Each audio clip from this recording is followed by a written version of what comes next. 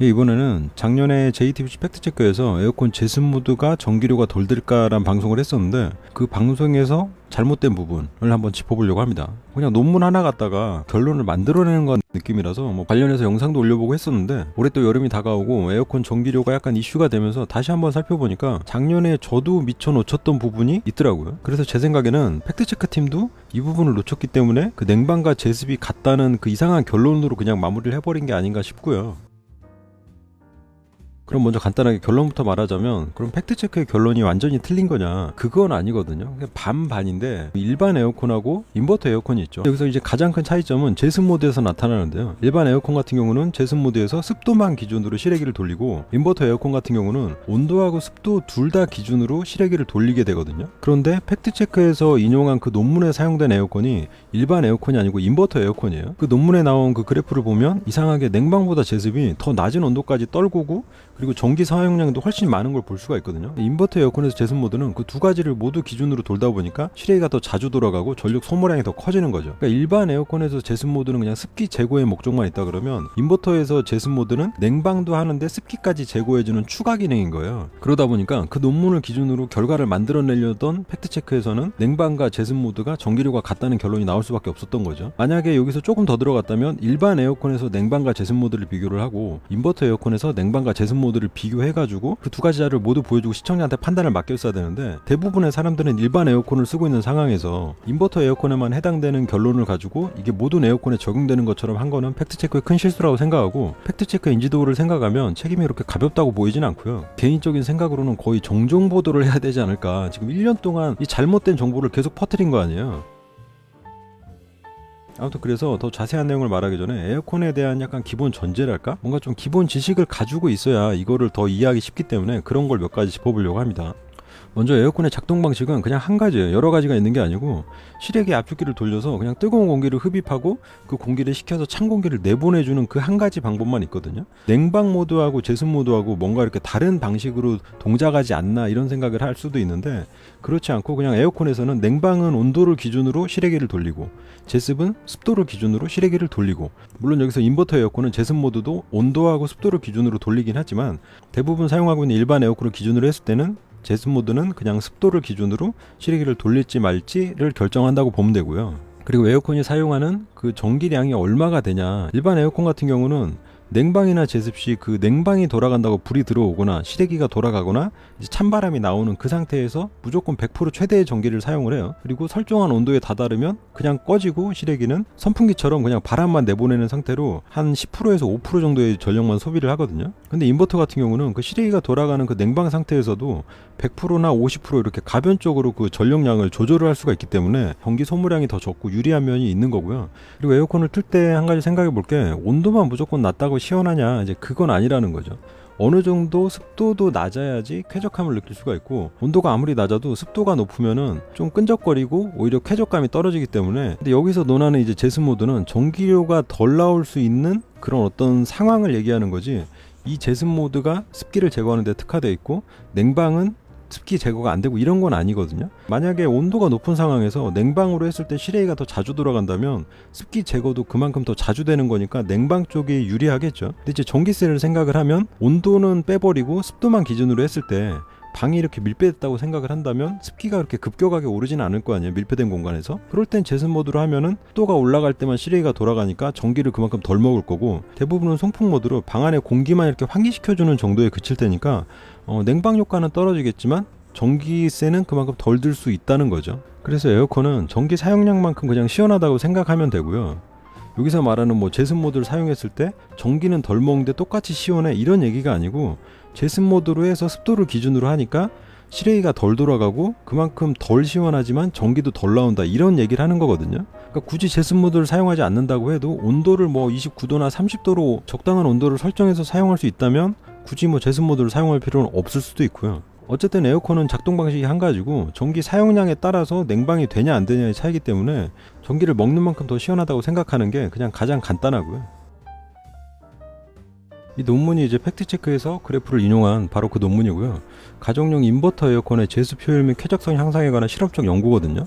그러니까 이게 애초에 냉방하고 제습의 어떤 전력 비교를 위한 논문이 아니고 그냥 냉방을 하는 게 쾌적한가 아니면 냉방과 제습을 같이 했을 때 더 쾌적한가 뭐 요런 연구거든요. 지금 이 논문 자체가 삼성전자 생활가전사업부 에어컨 전문기술 랩에서 쓴 논문이네요. 지금 인버터 에어컨이 가격이 비싼데 대부분의 사람들이 왜 2배나 주면서 인버터 에어컨을 사야 돼? 이렇게 의문을 가지니까 일반 에어컨 같은 경우는 냉방하고 제습하고 이 두 개가 분리돼 있었는데 인버터 에어컨 같은 경우는 냉방 플러스 제습을 같이 돌릴 수 있는데 이만큼 인버터 에어컨이 뛰어나다라는 걸 뭐 알리기 위한 그런 목적도 있지 않을까 생각이 되는데, 그리고 이제 습도에 따른 어떤 쾌적감을 설명하기 위해서 서론에서 실내 습도가 높은 경우에는 이제 피부 표면에 어떤 막이 생기면서 땀 증발량이 낮아져서 약간 찝찝하고 좀 더 덥게 느껴지고 불쾌하게 느껴지고요. 반대로 실내 습도가 너무 낮은 경우에는 피부 표면의 건조도가 높이 올라가서 막 건조하고 기관지 뭐 눈이 이렇게 따끔따끔하다거나 그런 증상으로 인해서 또 쾌적성이 떨어지니까 그 적정한 습도를 유지해 주는 게 좋다 뭐 이런 내용이고, 적정한 습도는 40에서 60% 유지가 중요하다고 되어 있죠. 기존의 일반 에어컨들이 제습 모드에서 습도를 한 50% 정도로 고정 설정이 되어 있거든요. 아마 팩트체크에서는 이 부분에서 오해를 하면서 이 논문을 인용한 게 아닌가 싶은 생각이 드는데, 인버터 에어컨의 냉방 운전과 습도만 낮추는 제습 운전 두 가지 모두에서, 근데 사실 뒤에 내용을 보면은 온도를 기준으로 하는 냉방 운전과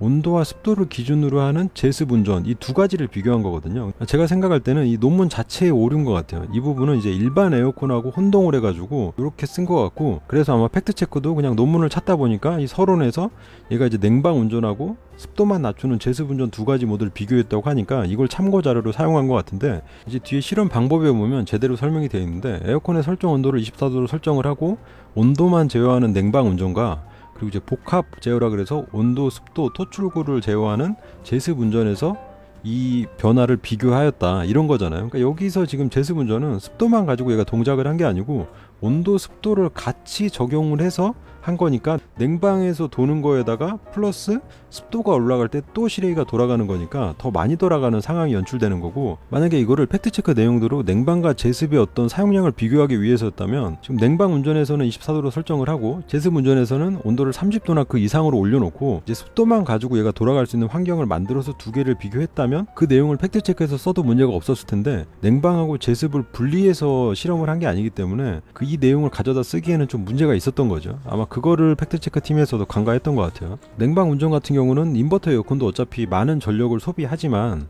제습 운전의 경우는 만약에 설정 온도하고 실내 온도하고 그렇게 차이가 없고 습도만 높은 상황이라면 약간의 전기를 사용해서 제습 기능만 수행을 한다는 거죠. 그래서 전력 소모량이 더 적을 수 있다. 이 위에 그래프가 팩트체크에서 인용했던 그래프인데, 얘가 이제 밑에는 그 전력 소비량이고 온도가 얼마까지 내려갔다 올라왔는지를 표시한 거죠. 냉방 모드하고 제습 모드에서. 그러니까 이거는 냉방 같은 경우는 설정 온도가 되면은 실외기가 꺼지는데, 지금 인버터 에어컨에서 제습 모드는 설정 온도까지 내려왔는데 그 상황에서 습도가 높기 때문에 실외기가 더 돌아가면서 습기를 제거를 하느라고 온도가 떨어지게 되는 거죠. 그러니까 에어컨에서 습기를 제거한다는 건 결국 냉풍을 내보낸다는 거니까 뜨거운 바람을 흡입해서, 그래서 온도가 더 내려간 거고, 이게 만약에 그냥 순수한 제습 모드였다면 일반 에어컨처럼 뭐 습도 상황에 따라서 달라지겠지만 25, 6도에서 왔다 갔다 했을 가능성이 높고, 아니면 습도가 그렇게 높지 않은 상황이었다면 온도는 계속 올라가고 에어컨은 가동이 안 됐을 수도 있고, 지금 오른쪽 그래프 같은 경우는 이제 습도를 나타낸 건데 왼쪽은 온도를 나타낸 거고요. 빨간 선이 냉방 모드고 이 점선이 제습 모드인데, 냉방 모드 같은 경우 설정 온도에 다다르면 실외기가 그냥 꺼져버리니까 제습 기능도 같이 멈춰버리는 거잖아요. 그래서 습도가 점진적으로 올라가는 걸 보여주고, 제습 모드 같은 경우는 설정 온도까지 내려갔다가 습도가 높으니까 더 실외기를 돌려서 습기까지 제거하는 거기 때문에 습도가 지속적으로 떨어져서 한 55에서 60 사이를 계속 유지하는 걸 볼 수 있는 거죠. 그리고 밑에 있는 그래프는 냉방과 제습 운전 시 이제 열 교환기에서 온도 변화하고 제습량을 나타낸 거고, 이제 오른쪽에 제습량 같은 경우는 당연히 제습 모드에서 실외기가 그만큼 더 오래 돌아갔으니까 제습량도 많을 수밖에 없는 거죠.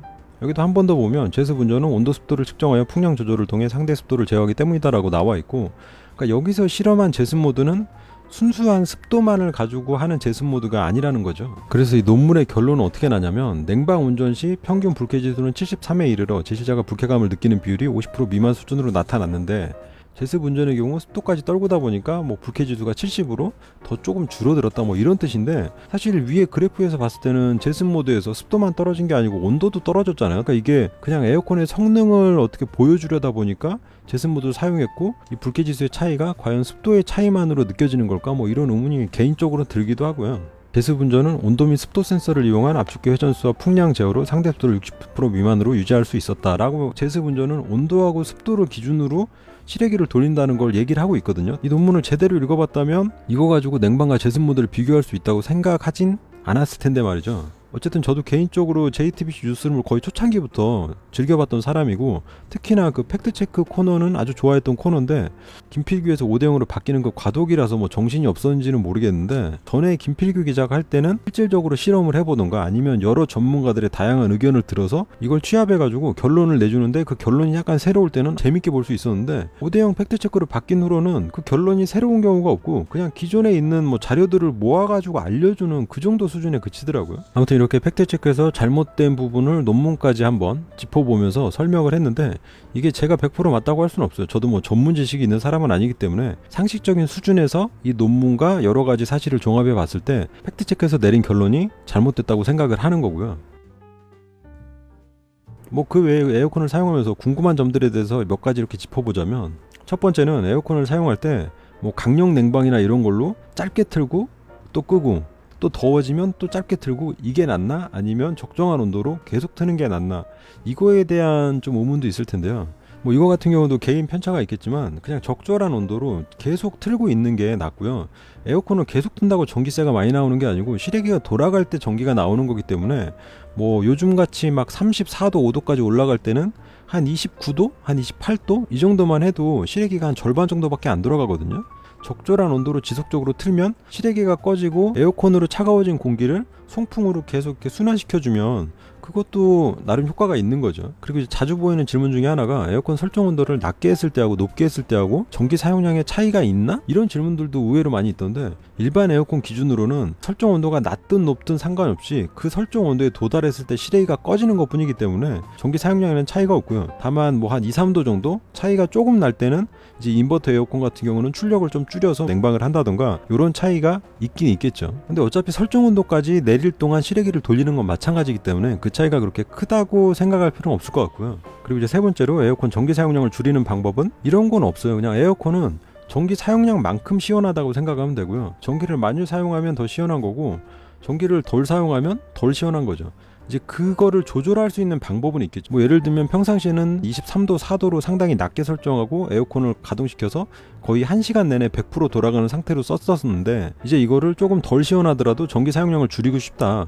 그럼 설정 온도를 한 27도, 8도로 올리는 방법이 있을 거고요. 일반 에어컨 같은 경우는 뭐 밀폐된 공간이라면 온도보다 습도가 더디게 올라올 테니까 제습 모드를 사용하면 그만큼 실외기를 덜 돌릴 테고, 온도는 크게 떨어지지 않겠지만 간간히 냉방이 나오면서 어느 정도 이렇게 습도를 유지해주는 정도로 뭐 쾌적하게 사용하고 전기도 덜 사용하고 이런 방법도 있을 거고요. 그런데 인버터 에어컨의 제습 모드는 온도하고 습도 둘 다 기준으로 작동을 하기 때문에 일반 에어컨의 제습 모드처럼 전기를 아끼면서 에어컨을 쓰고 싶다면 30도라든가 그 이상으로 올려놓고 제습 모드를 사용을 하면 일반 에어컨의 습도를 기준으로 돌아가는 제습 모드와 같은 상황으로 사용을 할 수가 있겠죠. 그리고 마지막으로 인버터 에어컨하고 일반 에어컨하고 전기세가 그렇게 많이 차이가 나냐, 이론상으로는 많이 차이 나는 것처럼 보이지만 실제 사용에서는 그렇게 큰 차이는 안 난다고 해요. 한 1-20% 정도 차이 난다고 보면 되는데, 이런 전자제품에 보면 에너지 효율 등급이 뭐 1등급부터 5등급까지 있는데 그 등급 자체도 무조건 전기를 적게 먹는다는 게 아니고 자주 꺼지고 켜지는 상황 하에서 에너지 효율을 측정한다고 해요. 그러니까 냉장고라든가 에어컨이라든가 설정 온도를 기준으로 껐다 켜졌다를 반복하는 이런 전자기기에서 얘가 얼마나 전기를 적게 사용하고 효율이 좋냐를 측정한 거기 때문에 1등급하고 5등급하고 무조건 전기 사용량에서 차이가 난다고 보긴 힘들고, 뭐 예를 들어 실내 온도가 30도인데 에어컨 설정 온도가 한 25도로 맞춰가지고 1시간 내내 실외기가 돌아가는 상황이다. 그렇다 그러면 인버터나 일반 에어컨이나 사용량에는 거의 차이가 없다고 봐도 되는 거고요. 실내 온도가 한 30도인데 에어컨 설정을 한 28도로 해가지고 얘가 한 10분마다 꺼졌다 켜졌다를 반복하는 상황이다.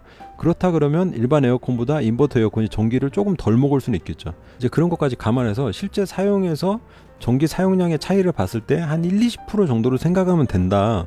뭐 요런 평이 지배적인 것 같고, 지금 2017년에 전기요금이 대폭 인하되면서 그 1-20%의 차이의 전기요금으로 인버터 에어컨의 2배에 달하는 그 가격을 상쇄시키려면 상당히 오랜 시간이 걸리게 됐거든요. 만약에 작년에 그 비싼 전기요금 하에서라면 그래도 한 3-4년 정도면 이 가격을 메꾸고 그 다음부터는 뭔가 수익 구간으로 들어가는 그런 거였을 텐데, 아마 한 5년 정도 써도 그 에어컨 가격을 메꾸기가 쉽지 않은 상황이 돼버렸어요. 그러니까 그렇게 크게 메리트가 없는 거죠.